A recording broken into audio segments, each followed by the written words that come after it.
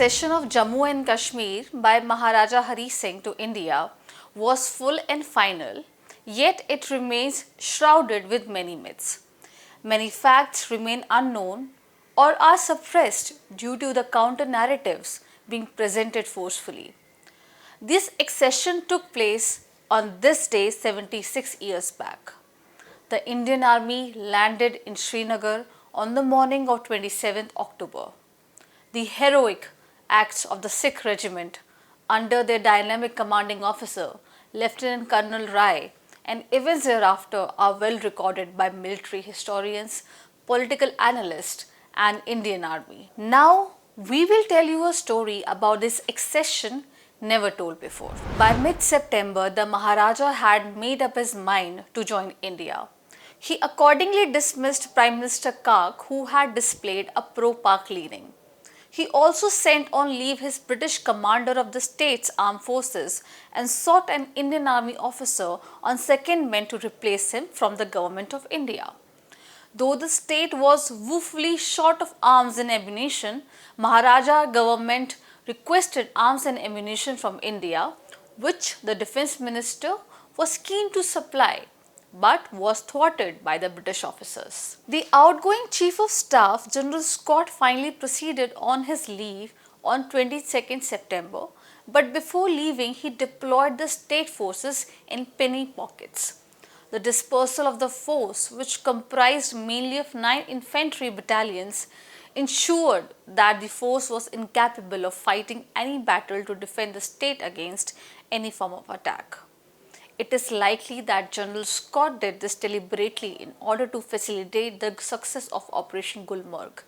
It was an operation prepared and planned by the British Army officers of Pakistan for the capture of the state as early as August 1947. J&K state forces were organized in 4 brigades, namely Jammu Brigade, Jhangar Brigade, Poonch Brigade and Srinagar Brigade. Apart from the 9 infantry battalions, it comprised approximately a company strength of troops for ceremonial and palace duties and a contingent of police. The troops consisted of the Dogras, Gorkhas and Muslims. Now let's try to illustrate the fact of dispersion. The 5th Battalion looked after the entire Jammu border. Jhangar Brigade had 2 battalions. Poonch Brigade had 3 battalions. Plus Muzaffarabad had 1 battalion and the entire frontier region had 1 battalion. Apart from ceremonial troops, Srinagar had 2 infantry platoons as a reserve. The main invasion was planned by the British officers posted in Pakistan Army General Headquarters a few days after Pakistan was born in August 1947. The Operation Gulmarg order was issued under a DO letter marked top secret and signed personally by the British C-in-C of the Pakistan Army. It was dated 20th August 1947.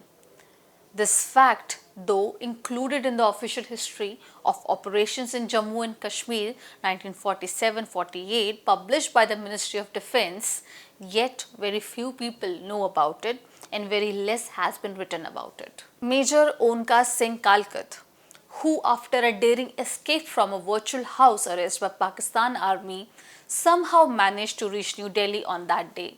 He disclosed the Pakistani plan for Operation Gulmarg, which unfolded on 22nd October exactly as given in the operation order on 19th October 1947. Thus, the Indian Army knew about the invasion of Kashmir plan of Pakistan and the contingency plans were prepared well before 26th of October when the Maharaja finally signed the instrument of accession and the government of India decided to fly the Indian troops the next day to save Kashmir.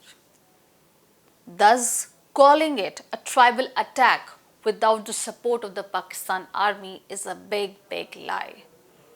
Immediately after the tribal invasion on 22nd October and betrayal by the Muslim troops who either joined the raiders after killing their Hindu colleagues or deserted, Maharaja sent his Deputy Prime Minister R.L. Batra to Delhi on 24th October to plead for military help.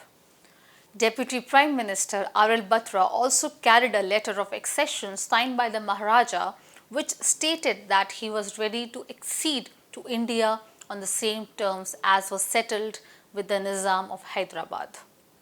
Nehru, under the influence and advice of Mountbatten, who was made the chairman of the Defence Committee by Nehru, refused to accept the Maharaja's offer on the technical ground that the Maharaja did not sign the formal instrument of accession. Mountbatten wanted to delay the dispatch of Indian troops till as late as possible, since, as per the plan of Operation Gulmarg, the Pakis had planned to capture Srinagar by 26th of October. It was the lust of tribals for loot and the plunder and the valiant defensive and rear guard fight of the J&K state forces that prevented the raiders to reach Srinagar by 26th October. Had Indian forces landed in Srinagar by 25th October, the story of Kashmir operations would have been different, because each day was not only crucial but critical. The invasion finally began on the night of October 22nd along Abbottabad, Manchera, Muzaffarabad, Domail, Uri, Srinagar. Similar incursions were made towards the north and south, all along the border towards Kupwara, Gilgit, and Pooch. The battalion was commanded by a brilliant officer of the state forces, Colonel Naren Singh, who had qualified the Staff College from Quetta and performed exceedingly well in the Second World War. Thus, his troops were battle hardened, but the revolt by the Muslim troops of the battalion made the job of the invaders easy. The company at the border could not give adequate fight due to the company commander joining the invaders. In no time, the invaders reached Muzaffarabad, where Colonel Naren Singh with a company at Domail offered some resistance but were again let down by their Muslim colleagues. Despite odds, the soldiers of state forces, numbering approximately 200, who were gathered hurriedly from garrison in Srinagar under the daring leadership of Brigadier Rajendra Singh, rushed to stop the invaders. Brigadier Rajendra Singh led a valiant rear guard operation to delay the invaders. The masterstroke of his brilliance was the destruction of Uri Bridge, which delayed the advance of the invaders because they had to shed the motor vehicles. He occupied a rear position at Mahura near Uri with the available men and gave a gallant fight.